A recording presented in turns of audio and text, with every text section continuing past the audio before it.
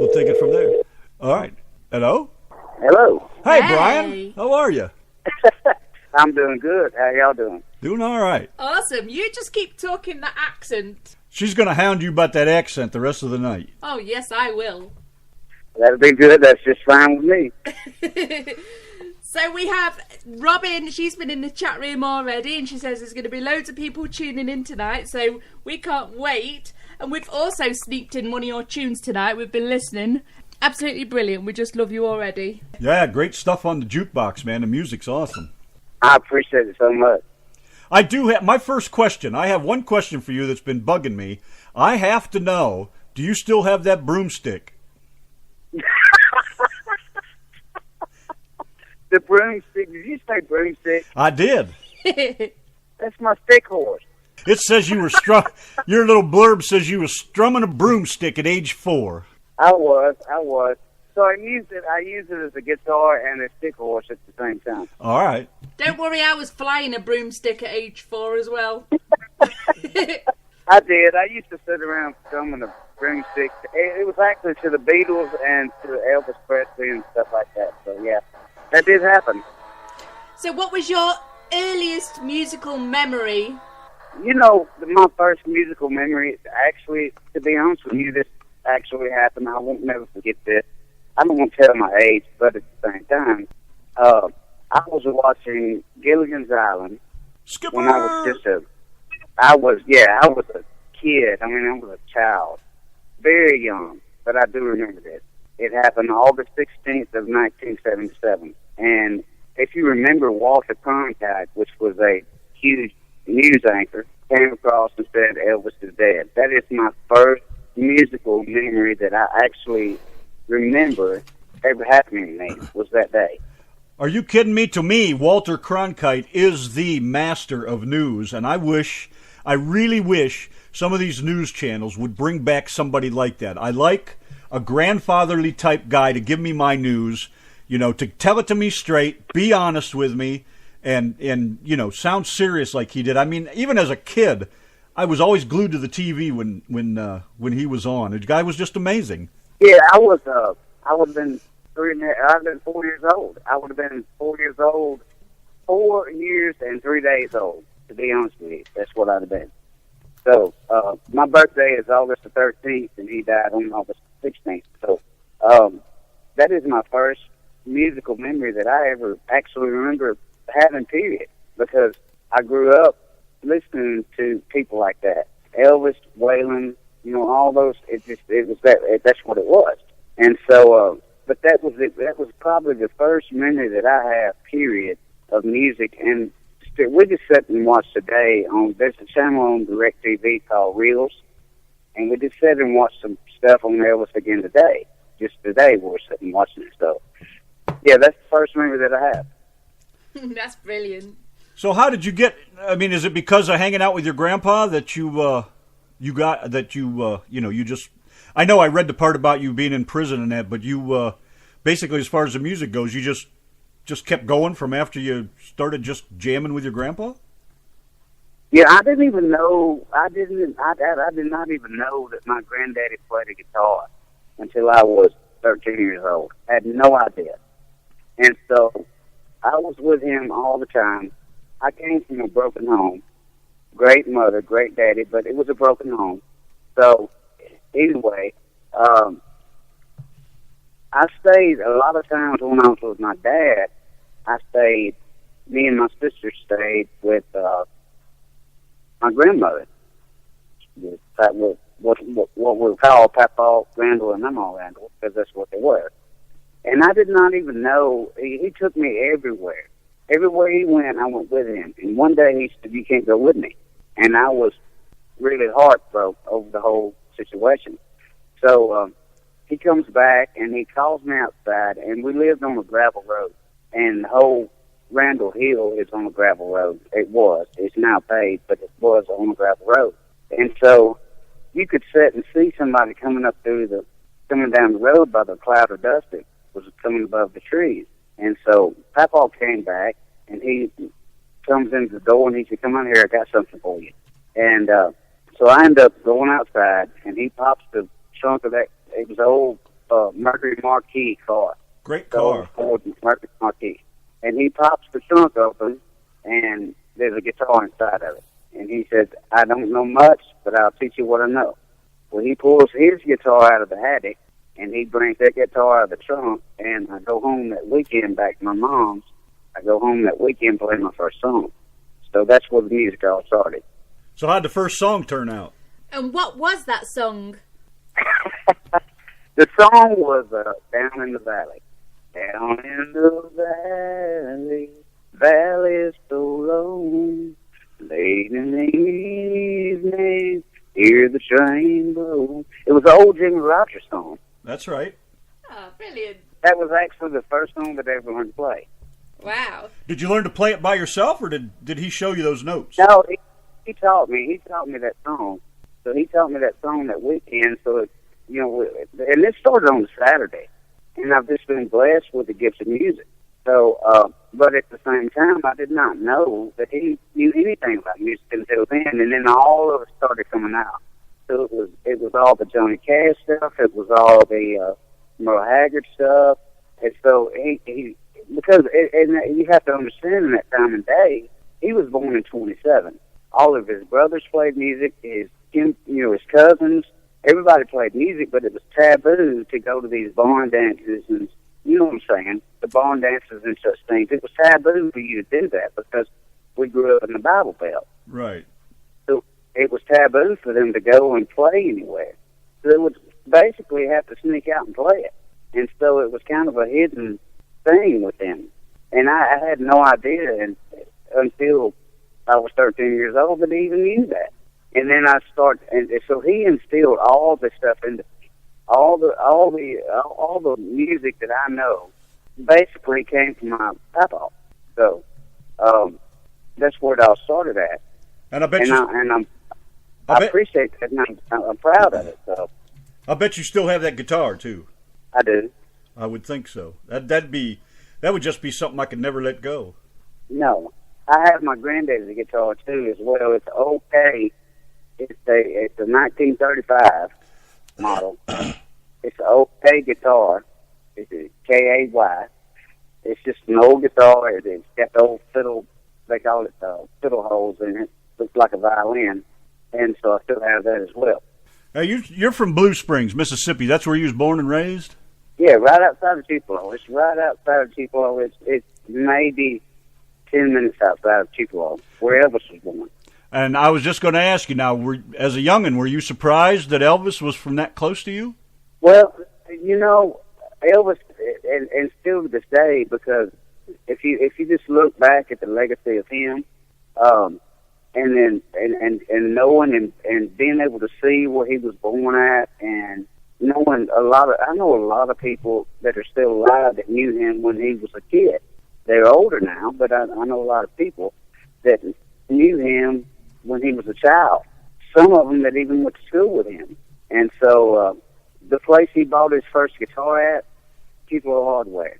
I know that place very well.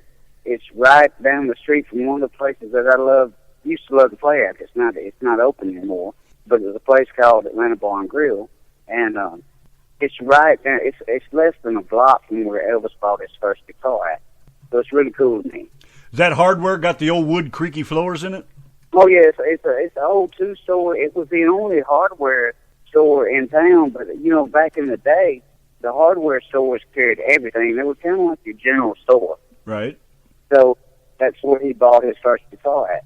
And so yeah, it's really cool. So I've always I actually have a tattoo. I have a PCB tattoo on my arm because Elvis is one of the reasons that I do what I do, because anybody that can come from where he came from and done what he done, then you respect that.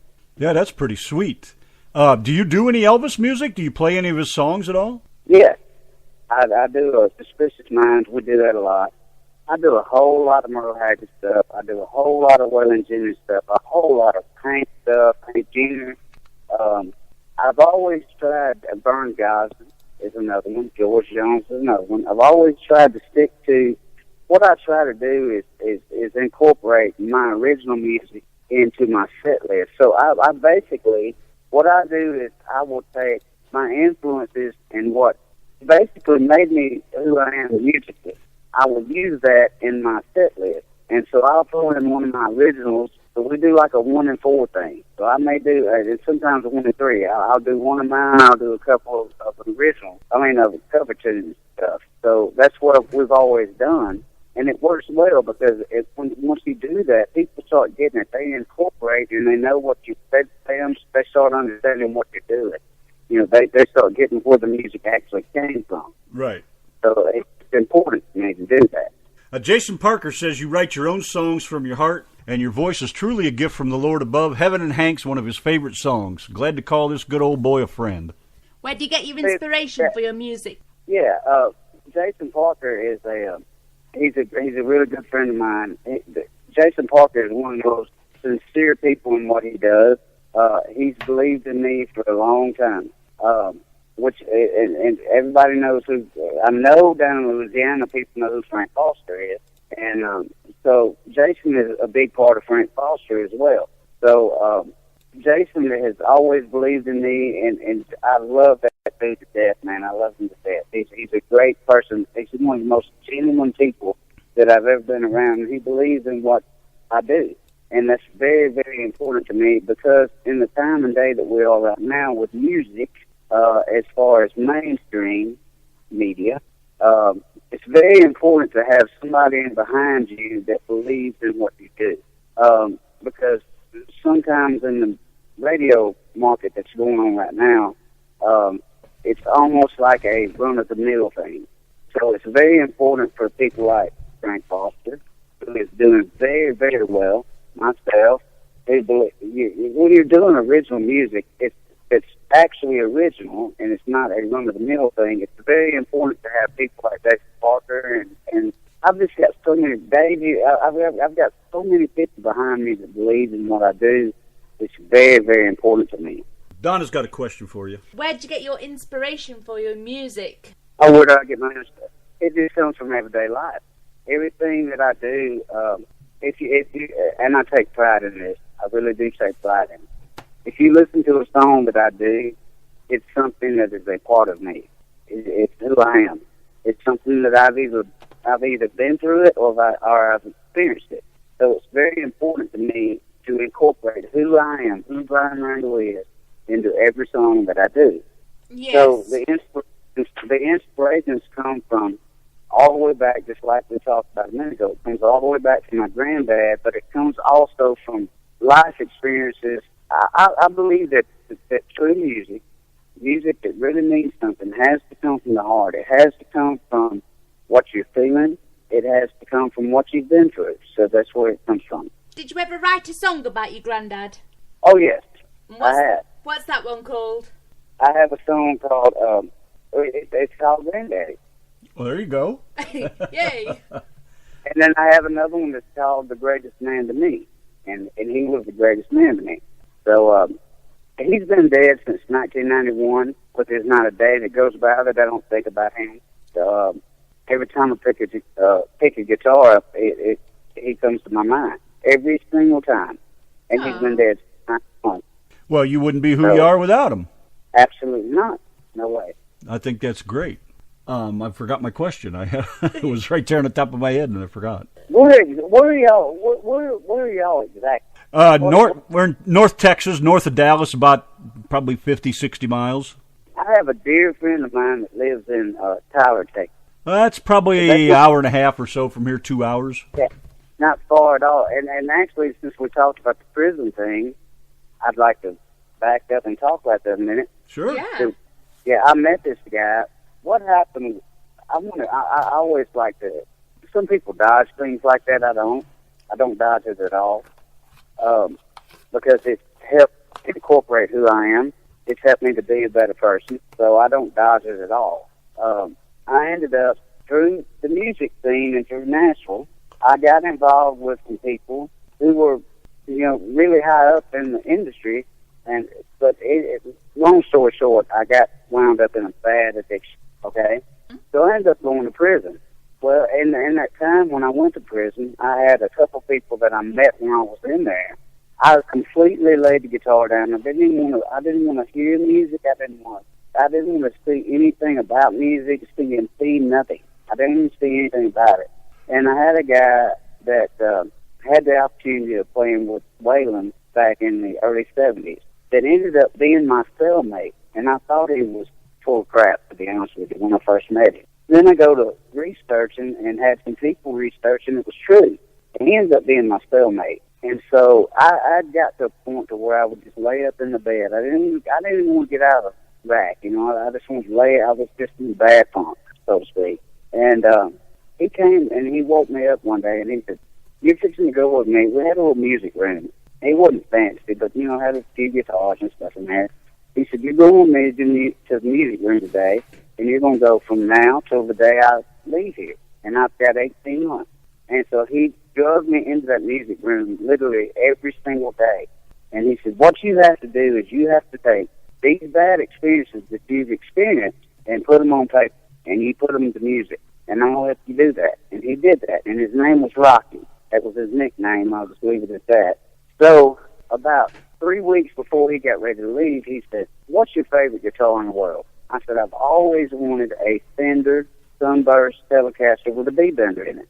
Forgot about it. I never thought anything else about that. So I had gotten out. I got signed to a independent record label in Nashville when I got out in 2009. Rocky comes. He lived in Missouri. He comes from Missouri, comes to see me, and we were having a thing at BMI, actually, for the record label. So he comes to that. Before he gets ready to leave, he does the exact same thing that my granddad done to me. He said, "I'm leaving. I've got to go back to Missouri." Him and his son brought him down. He said, "But I got something for you in this car." And he had that Fender Telecaster with a B-bender in the car. Wow. It's crazy. Yeah. Good stuff. Good stuff. So I've been blessed with music. I've been blessed to be around people that believe in my music, that care about me a lot. I've been. Are you familiar with the show? I know y'all probably are. The show Moonshiners. It's on TV. Yeah. Well, Jeff Walter, great dear friend of mine. I played a Popcorn Sutton Festival. If you're familiar with him, he's one of the legendary Moonshiners. Anyway, I played the deal with up there. It would have been in 2011. 2012, I came back and played. 2013, excuse me. I came back again, and I met Jeff. So Jeff, since then, has got his liquor going on the market, and it's the only true rye whiskey moonshine that you can get. It's like the real deal. It's not. There's nothing fake about it. It's just like you make it in the woods. We have become great friends. I've written a song for him, and we've just got a lot of stuff going on. I took some time off this past August, just step back and write because we wanted to get another album started. And in order to do that, you have to take time to do that. You have to take time to step back and write. You have to take time from doing shows and stuff. You have to really focus on it to do it. So we've just got a lot of stuff going on. I'm really excited about it. I mean, really, really excited about it.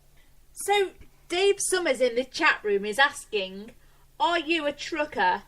Am I what? A trucker. A truck driver. You know, lorry driver. 18 truck? wheels. Yes, I am. Ah. You said trucker, but are you from Mississippi? You're not from Mississippi, are you? No, she's not from Mississippi. Quite a few miles away. I love the accent. I love it. It's kind of a little bit hard for me to understand, but I do love it. She's about 5,000 and some miles away from Mississippi is where she comes from. I do love it, man. I do love it. Yeah, I am actually a trucker.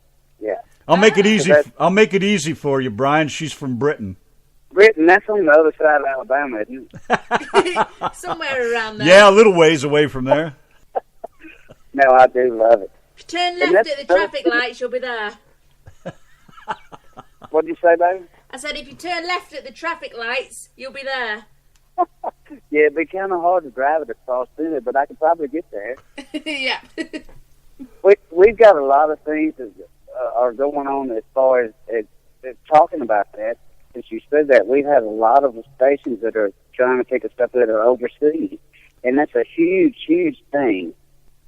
especially for people that are doing true music and not absolutely dedicated to the major markets, I guess is what I'm trying to say.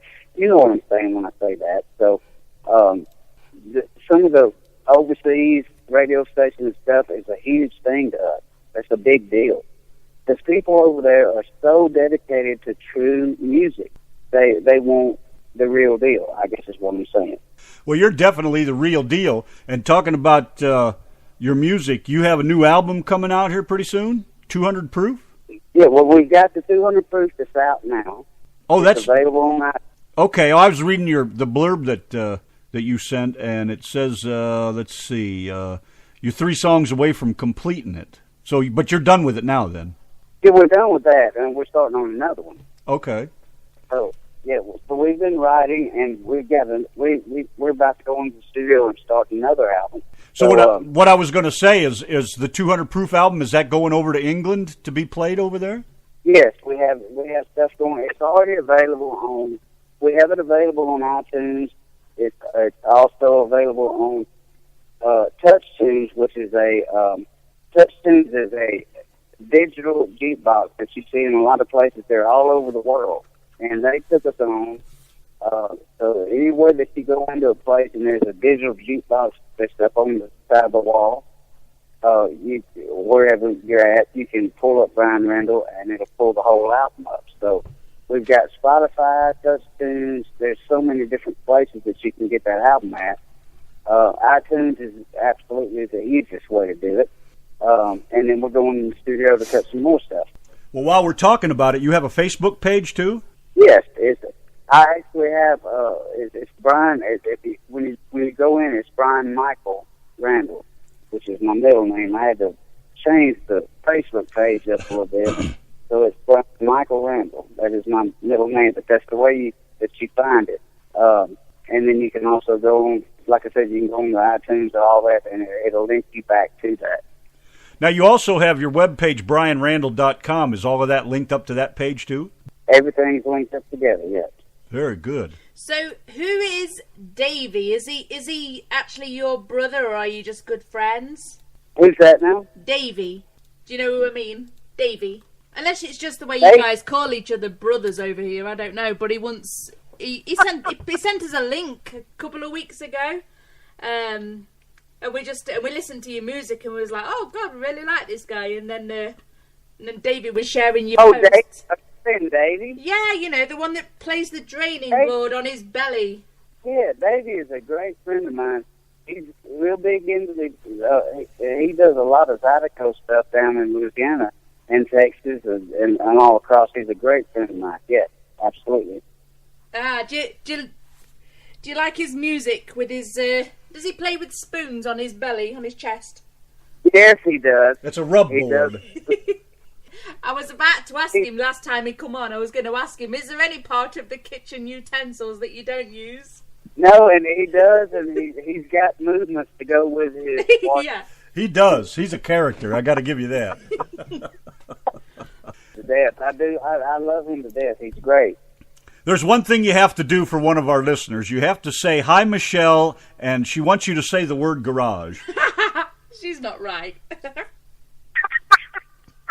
Hi, Michelle.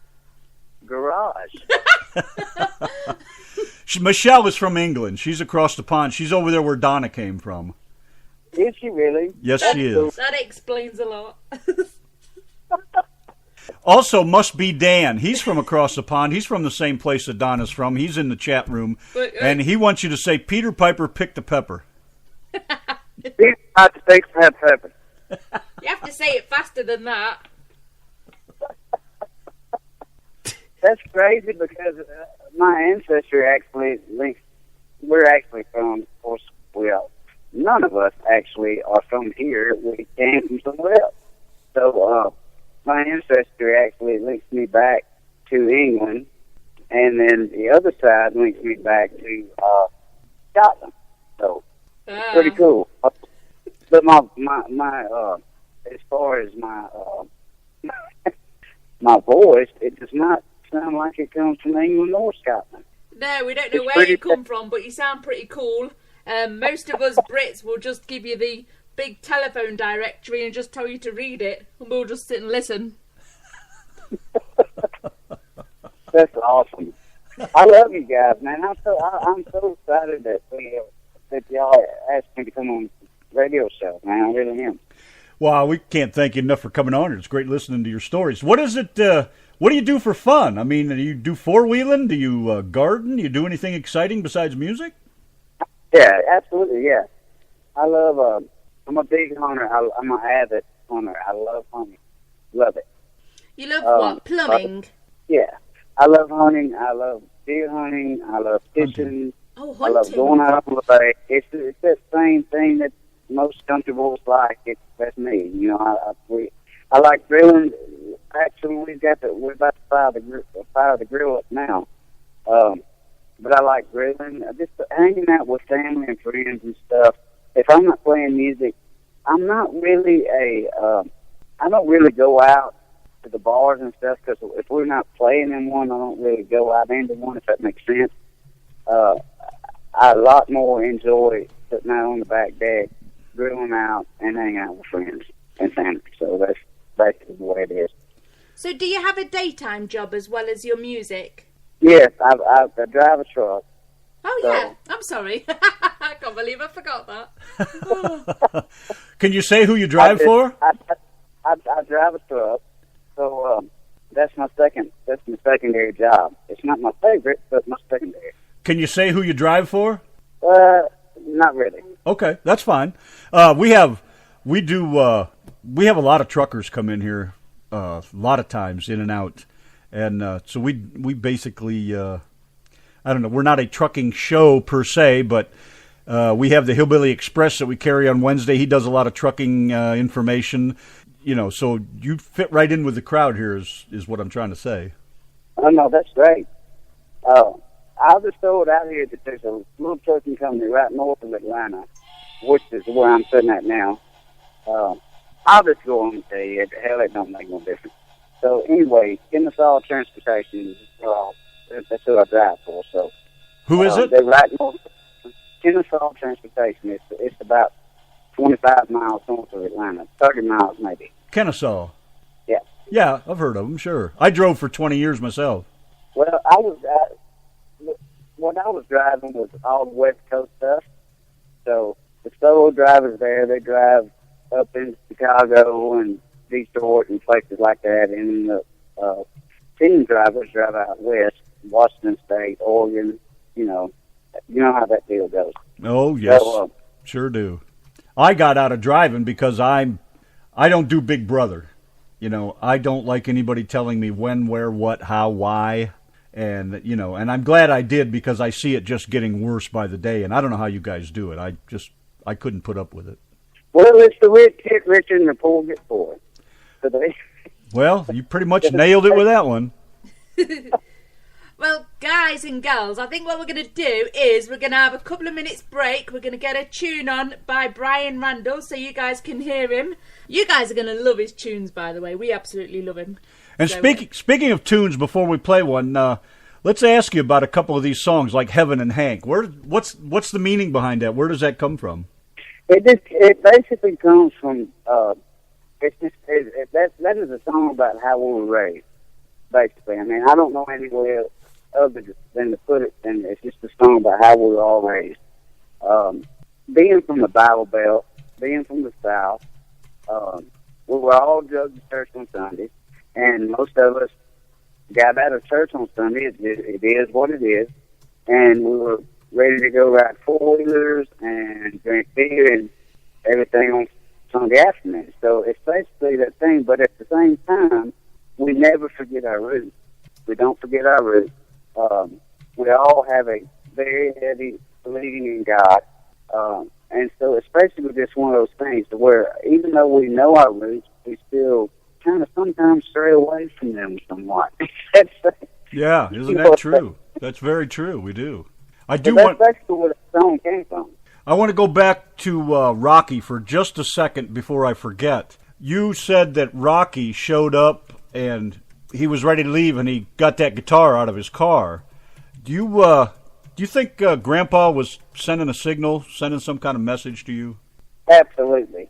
I honestly believe that, if you read my bio, I honestly believe that my granddad was not kind of not reincarnated. I don't want to say it that way, but I believe that he sent a message to me through Rocky, if that makes sense. Yeah, it makes perfect sense. That's exactly what I was getting at, because when you said that, that's the first thing that went through my head. It's like, I can't believe that that's not Grandpa trying to say, look, son, you did the right thing. Everything's going to be fine. Oh, yeah, because I had completely given up. I had given up. Because when you go to prison, when you get there, it is a dark, dark place. And so when you get there, I had given up. I thought, well, nobody's ever going to touch me with music. Nobody's ever going to want to hear me again, because in some people's mind, and even in my mind, I was like, well, I'm stamped. You're a convict. You're stamped. You're done. Right. And that's not so. It's not so. And this coming up, let's see, November the 6th. Yeah, November 6th of this year will be 10 years to the day that I went in. So, it's been 10 years. I've been clean this past January 26th. I've been clean for 10 years. So, I'm good. Well, if you want to look at it in a brighter light, I would say, if you can look at it in a brighter light, you rate right up there with Merle and Johnny Cash and a few other ones that have done their time. When you say that, the truth is, a lot of people talk about things in music, and this is one thing that I don't take pride in, the fact that I went down that road, so don't take it the wrong way. But at the same time, I can write about stuff that really happened. This happened to me. I had to watch my children come and see me in prison. It's a big deal. It was, when you sit back and look at this whole thing, it makes a huge difference. People can write about stuff. The music that people really love is the music that people can write the truth about. And when you write that truth, the same as Merle has it. God rest his soul. I can't even believe he's gone. But when people can write music that really means something, and a lot of people think that Johnny Cash went to prison. He didn't. He went and played in prison. It makes no difference. He's still a great entertainer. And he done exactly what he should have done. And then you had Merle that did go to prison, and he comes out, and Ronald Reagan, watched everything away for him, and he goes to playing music and became a icon. And he will always be an icon. Absolutely. So it's just real music to me. You've got people that, look, Chris Stapleton, for example. He's written a lot of songs for a lot of artists, but he's out now, and his music is absolutely freaking phenomenal to me. Everything that he does, when you listen to a Chris Stapleton song, it means something. It's almost like a Christopherson song. As long as I've always tried to write songs, write music, to where when I get through with that song, I can put the pen down, and I sit and I ask myself this question. I've done this for a long time. Would Christopherson be proud of you? Would Waylon be proud of you? Those type things. If they would approve of it, then I'm good. So that's what I always try to do, and I feel comfortable in everything that I write. So when I get done with it, if I don't feel comfortable with it, I go back and I revisit it. Sometimes it may be 2 or 3 months before I do it, because a lot of times you get hung up on your songs and stuff. You get hung up, you write a verse and a chorus, and you get hung up on the rest of it, and you just don't really know where the hell to go, basically. And so sometimes it's best just to leave it alone and rethink it, live life a little bit more, and then rewrite it. So that's the way we do it. Oh, that kind of music comes from the soul. It's for real. And that's what makes the difference. Exactly. Couldn't agree more. If it comes from the heart, everybody can feel it. So that's what matters. Well, let's get your Heaven and Hank song on here. You can go fetch yourself a drink. I'm going to have a little glass of water here, and we'll be right back in just a few minutes. How's that sound? Sounds good to me, though. All right, Brian Randle, Heaven and Hank, right here on the RTM Radio Network.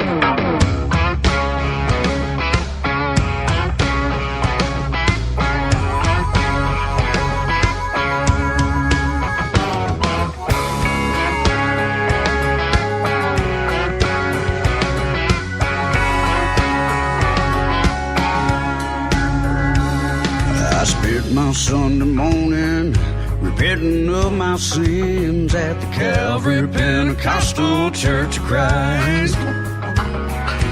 Born again on Monday with a burning in my soul to get into a country state of mind. I gathered up the boys in that rusty boat out for make a pit stop at the quick stop out the top on 24. I knew the road to glory was written in the Bible, but now and then man's gotta have a little honky-tonk revival. We were raised on the good book, but straddled the fence. We sang Amazing Grace and Whiskey Band. Late nights, tail lights, backcountry roads and cold Bud Light. One foot in the fire, one at the gate.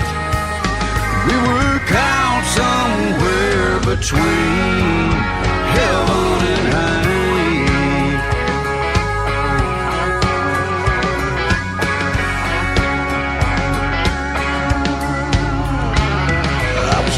Count my blessings with the back of Mama's hand. True discipline and love straight from the heart. Then I'd wash away transgressions with a sip of Papa's shine from the still that he kept out behind the barn. I was a double shot of wrong with a half a shot of right.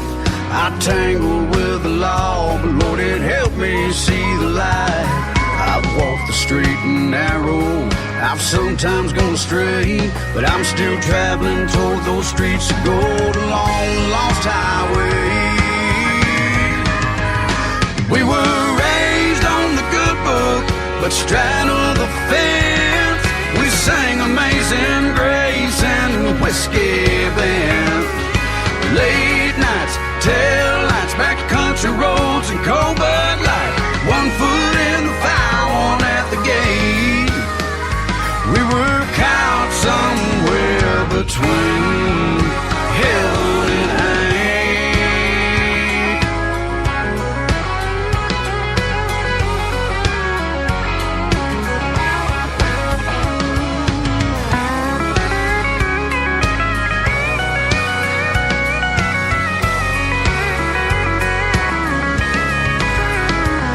Now time has caught this story in the lines upon my face.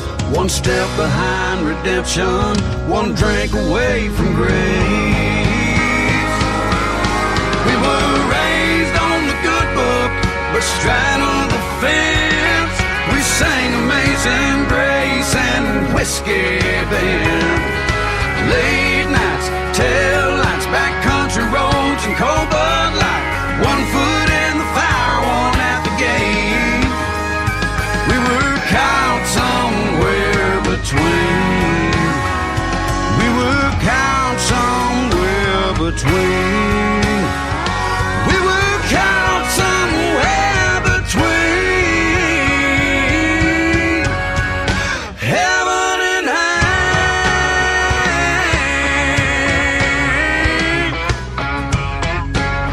Long them country boys and girls show love to drink.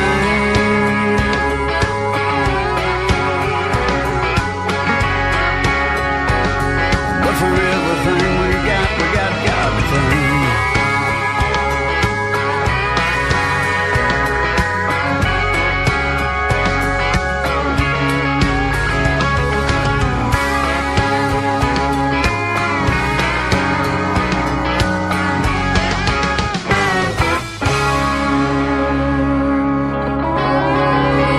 Wow!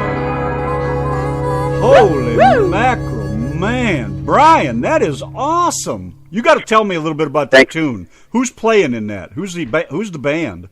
We actually cut that song at Curve Studios, which is a legendary studio there in Nashville. Tim McGraw, Hank Jr. There's just so many people. Curve is a huge record label there in Nashville. We actually cut it there in Nashville. Some of the best musicians that you could possibly ever ask for are playing on that album. Kevin Swine, his nickname's Swine, but Kevin Grant, he was the session leader on that session. He's played for you name it, he's played for him. He just played on the Willie Nelson and Merle Haggard album that they came out with before Merle died. If you're familiar with the song, It's All Go in the Pot. Great song, yeah. He was the bass player and session. He's actually on the video. He's the bass player and session leader on that album. So we had some of the best musicians that you could possibly ask for on them. Yeah, that what now you're playing in that too, right? No, I did not play. I would not dare sit down with some of these. Come on. I would not dare sit down with some of these guys.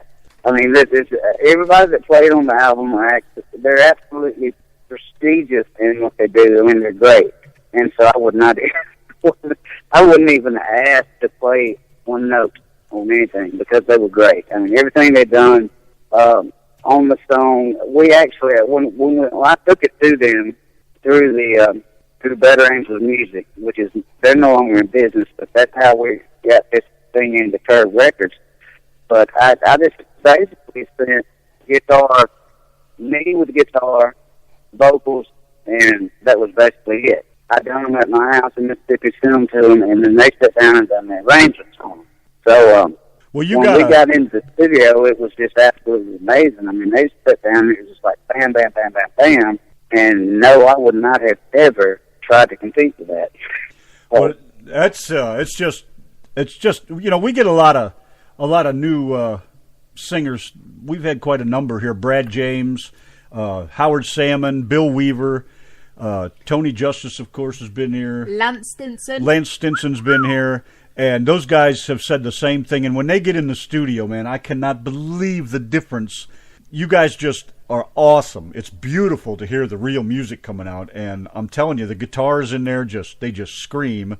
And there's nothing better to me than a good lead guitar. And you guys are rocking the place. Do you still get a chill when you get in the studio and get to sing like that with a bunch of great musicians? Oh, man, it's amazing because what happens is you go into the studio and everybody's got their number chart down. So the bass player, the guitar player, the drummer, everybody's got. So you basically walk into the session blind, so to speak. So when you walk into the session, you're kind of blind as to what's going to go on, and then the click track comes on, and then the drummer comes in and it's like 1, 2, 3, and then when everything starts gelling together, when it gels and you start singing, it's like what happens is everybody feeds off each other.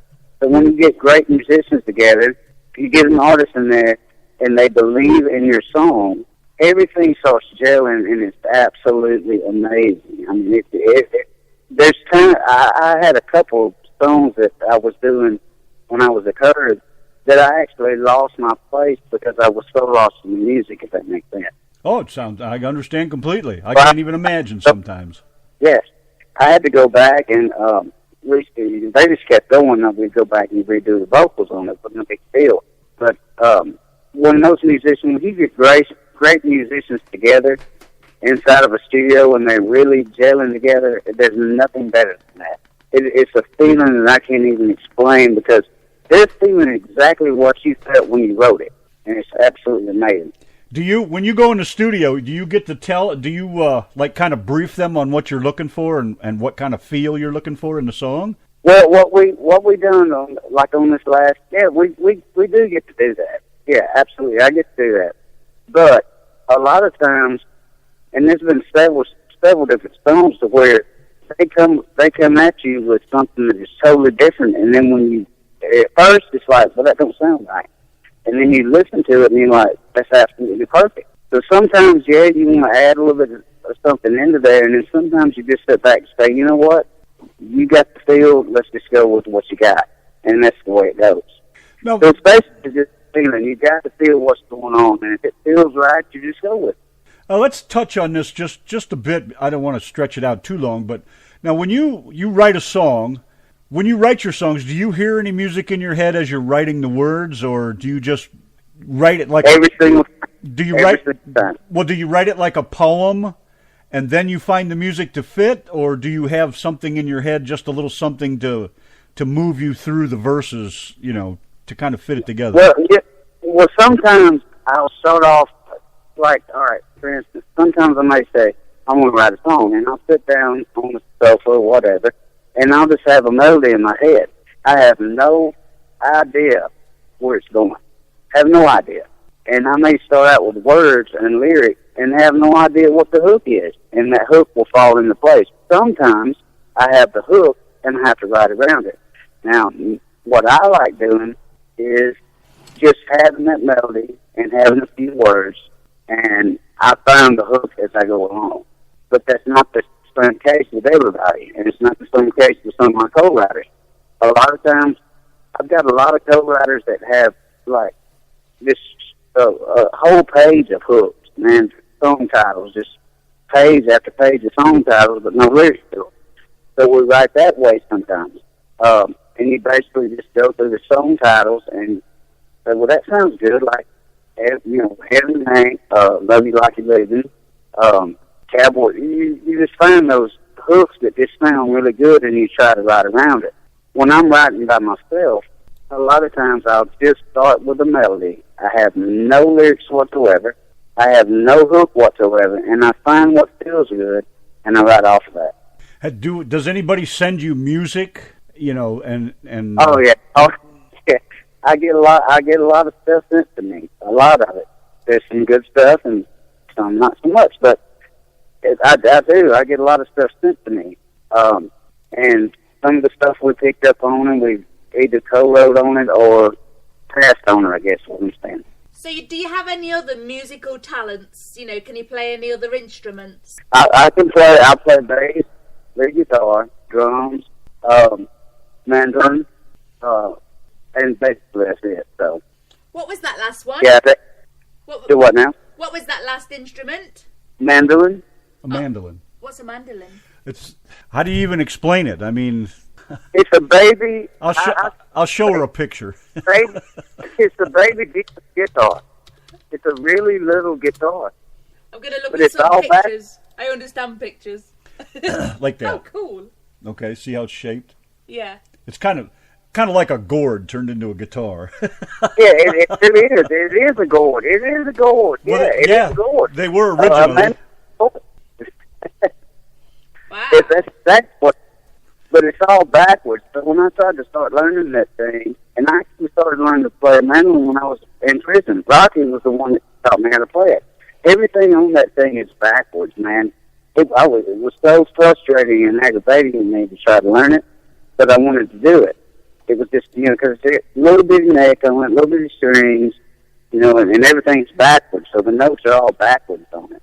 So when you go up, mandolin, you go backwards on the mandolin. So when you go upward on the guitar, you go backwards on the mandolin. So yeah, it was a challenge.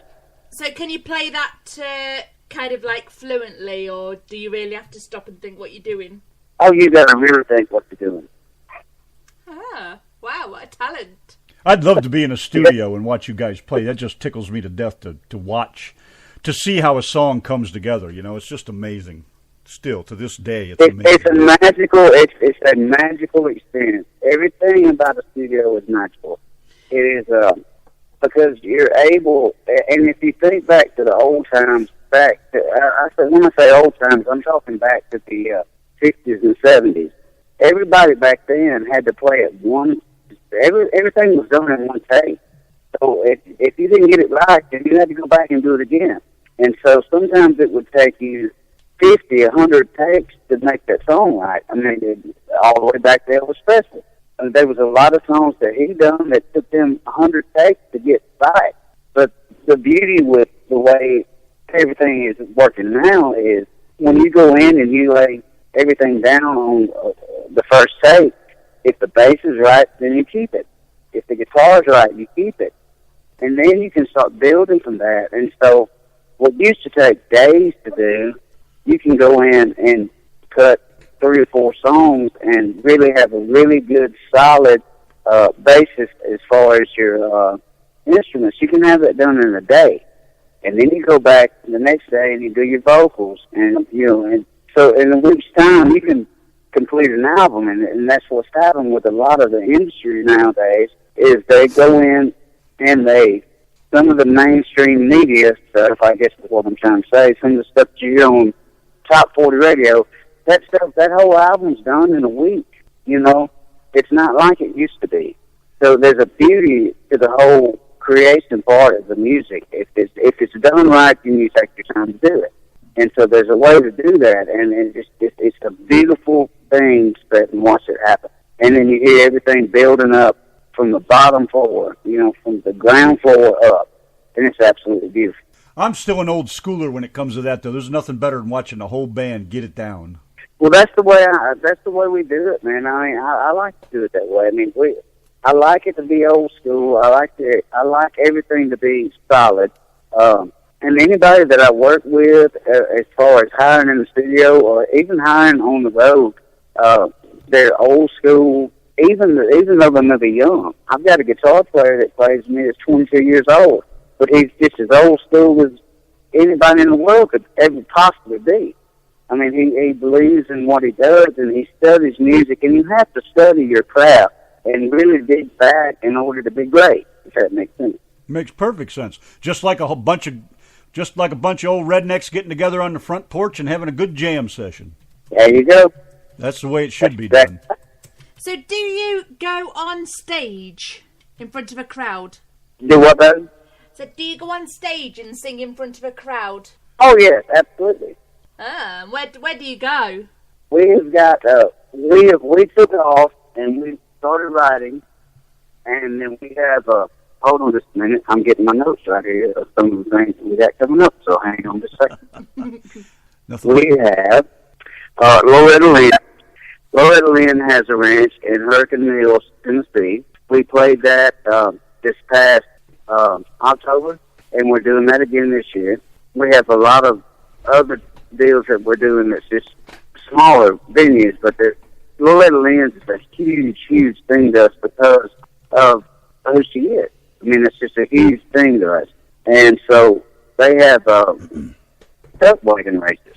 And so it started in Oklahoma, and they brought it into Mississippi, and then we took it into Tennessee. And when we played there in October, there was like 4,500 people there. Wow. And it was absolutely huge. I mean, it was amazing. And then we're doing some stuff in Louisiana. Jason Parker also has some stuff going on that I can't disclose right now, but he's got some stuff that's going on that we'll be playing at. And I really hope that you guys can come down and see that. It's going to be close to you, I can tell you that much. It will be within traveling distance from you. Wow. Wow, keep us posted and we'll see what we can do. Absolutely, it'd be great. If we could figure out a way to do like a live remote, and I will let you know, I'll have to tell you secretly, but I will let you know.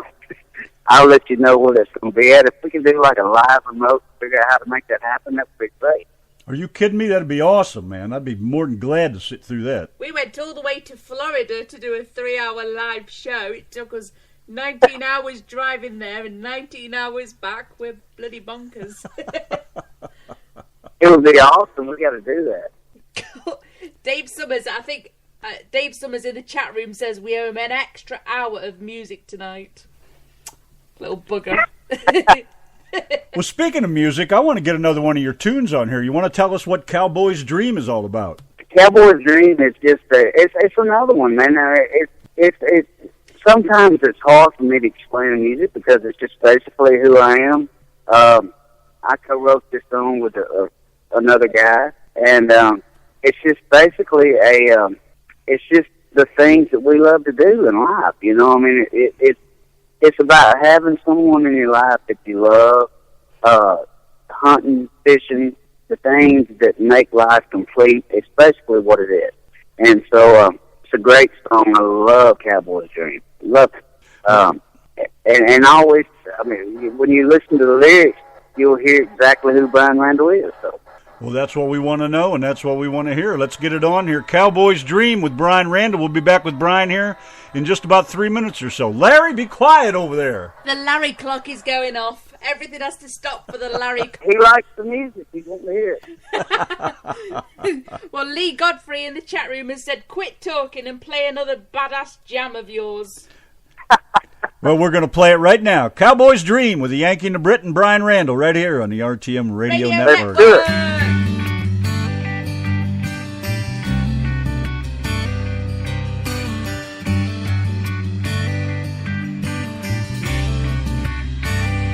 If I could find a mud hole, try to line or a fishing pole, fish out that old watershed, wear out that old crappie bed.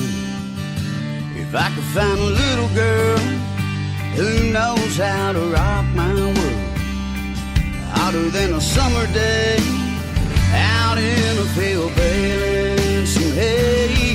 If I had it my way, we'd be face down in the sand, with that pretty little thing right beside me holding my hand. And if I had it my way, we'd be 10 feet up the tree, and she's cuddled up next to me.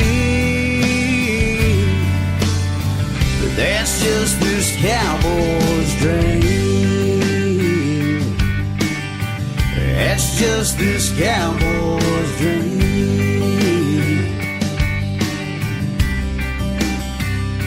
If I could take a couple days, a couple buddies out on the lake, everybody feeling great, jamming out to old George Strait.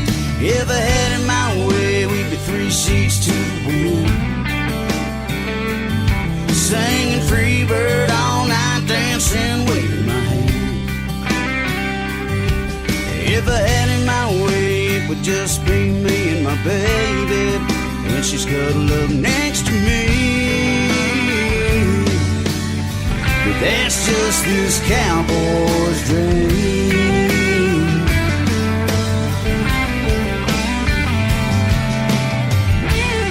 Well, there ain't nothing wrong with us making love all night long.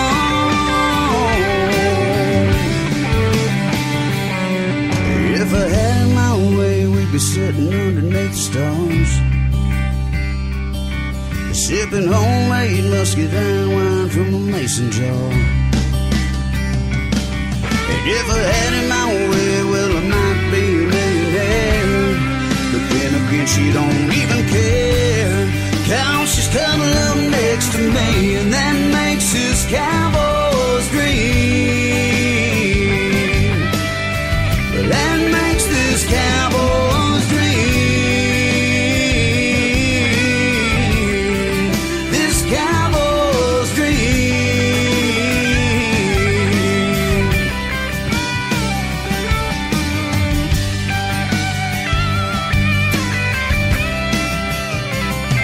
If I could find a mud hole, try to line or a fishing pole, fish out that old watershed, wear out that old crappie bed.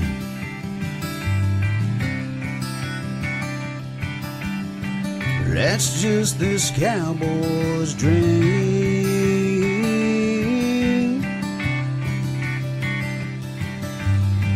That's just this cowboy's dream.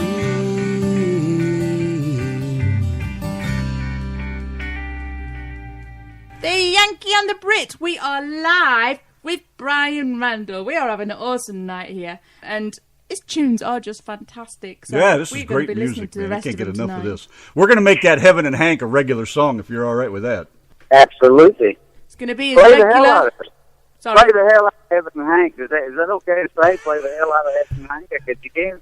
You have to remember, this is internet radio. You can say and do whatever you want on my show. Makes no difference to me. Believe me, I'm being calm just so I don't say anything I shouldn't. There you go. So where do you go from here now? What's the next step? Working on that next album, right? Absolutely, yeah. We've been doing a lot of writing. My wife Robin has stepped in and she's doing some writing with me. And it's a really cool thing because you start getting into, when you have a person in your life, a woman in your life man in your life, whatever, that digs your music and loves what you're doing, and you can sit down together and start writing together. It's a beautiful thing. So we're coming up with some really good stuff. So there's some good stuff that's coming up. Okay, before we go on here, somebody wants to, Lee Godfrey, who's in the chat, wants to know, he wanted to know the name of that last song, The Cowboy's Dream. He also wanted to know, do you have a CD out? Absolutely. I do have a CD out. You can go to iTunes, and the entire CD, 200 proof, is available on iTunes. So you can get it on iTunes at any time you want. Okay, and we have it at a good price. So all you got to do is jump on iTunes and get it. And you said your latest one is out now. That's the 200 proof? Yes, 200 proof, yes. All right. And while we're touching on it, you want to tell the people again one more time where they can find you? I know one address is BrianRandle.com. What was the Facebook page? Brian Michael Randle. That's my middle name, so it's Brian Michael Randle. If you need to get in touch with us, you go to BrianRandleMusic.com. Brian Randle Music at Gmail, I'm sorry. BrianRandleMusic at Gmail.com. And if you need to email us, feel free to do that at any time. Well, one of our bestest listeners, Larry, he's the head of the RTM Radio Network chicken hauler fleet over here. He's from McAllen, Texas, and he says you remind him of another great singer, Kevin Fowler. Do you know who Kevin Fowler is? I do know who Kevin Fowler is, yes. Well, there you go, Larry. Absolutely do. These guys are in love with your tunes, man. There's just all kinds of rave reviews going on over here. That's a good. That's a great thing, and I appreciate it so much. And if you can let all the listeners know how much I really truly appreciate them listening to the music and actually enjoying the music and getting it. It's getting it. If you get it, you got it. Good. Well, when we played Heaven and Hank, Must Be Dan over there in England was dancing on the ceiling. So you're really turning the Brits upside down. That's a pretty good thing. That's a good thing. That's a real good thing. Well, I don't know. I guess if you don't have anything else to add, we'll let you go get some sleep or jam some more music, whatever you do on your spare time. Or you can just keep talking to us all night. Yeah, if you got more to add, go right ahead. I'm sure all our British listeners will not disagree there. Well, I appreciate you guys so much, man. I really do. And I want to get back on the radio with you guys again soon. And then we'll keep everybody informed on what's going on. Well, you get up here in North Texas, you be sure to let us know you're around this neck of the woods. I'll make sure I do that because one of my best friends in the world lives right there in Tyler. So, yeah, Longview. Actually, he lives in Longview. I said Tyler, but it's Longview, which is close. So, right, that's all in the same neck of the woods over there. Yeah. Yeah. Yeah, I used to deliver flower pots to Tyler and Longview. That was an interesting job, let me tell you. Well, we will absolutely get up with you guys soon. I want to let you know as soon as I can. I will let you know what's going on this other stuff to where we're around close down that way. So I can't tell you exactly right now, but I will very soon. Well, we work and live out of the same little box, but you're more than welcome to come by and hang out and do a little live show with us, and maybe we can even get you hooked up with the right equipment here. If you bring something with you to play that we can plug in the board, we could have you jam a tune live even. We're up to that kind of thing. No, that sounds good. I love doing that. I absolutely love doing it. Yeah, you'll have to bring the goodies, but until we... my plan is to build us a little studio where people can come and jam, so probably over the next couple of years I'd like to have that done, so that should be interesting, too. Then I'm going to beg people like you to come and play. I love doing that. Well, that's great. Well, I don't have anything else. I'm more interested, when we talk to people, I'm more interested in finding out who you really are more than anything, do you like to play in the mud, things like that. I mean, I find that more interesting about a person.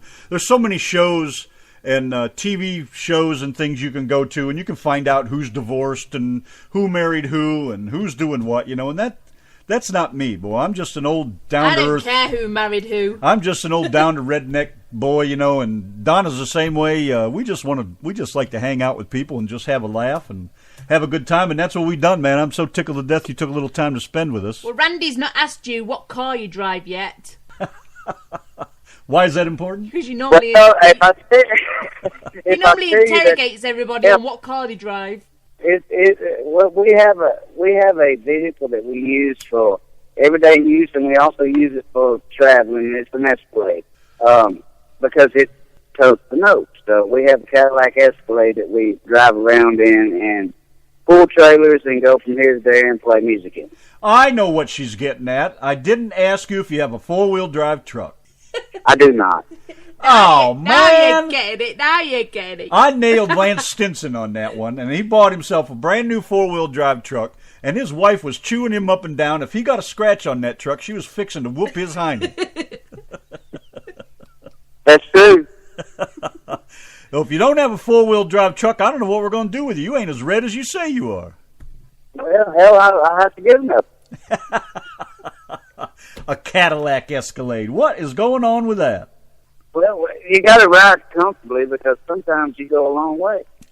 I suppose I still rather bounce around an old 4-wheel drive. You got mudders on that Cadillac? Yes. Mud flaps? You got bull balls hanging off the back? Has he got what, balls? We got bull horns on the front. All right, that's close enough. You can come to Texas like that then. All right, man, we're going to cut you out of here, but Yes, everybody's you. just tickled to death with your music. We love it, and as soon as we get off the phone here, we're going to jam a few more tunes. Yes, and thank you so much for spending the time with us. Thank you, Stu. I appreciate y'all so much. I really do. Been great, man. Appreciate it, and we hope we get to talk to you real soon, man. Good luck with that new album, too. Thank you, brother. Y'all have a good evening. All right, we'll talk to you soon. Thanks a lot. Good night, love. Brian Randle, the RTM Radio Network. That dude is great, man. I What love a it. guy. Let's check out a couple of his tunes over here. Let's kick it off here with 200 Proof. Sounds like a pretty hot song. Woo! I'm liking the sound of this already, baby. Jam it! Might have another regular tune to play here. Check it out. Back at church pew, 8 years old, the Lord came down and saved my soul. That's been a long, long time ago. I grew up and I gave in to whiskey, women, drugs, and sin. I let go and the demons took control.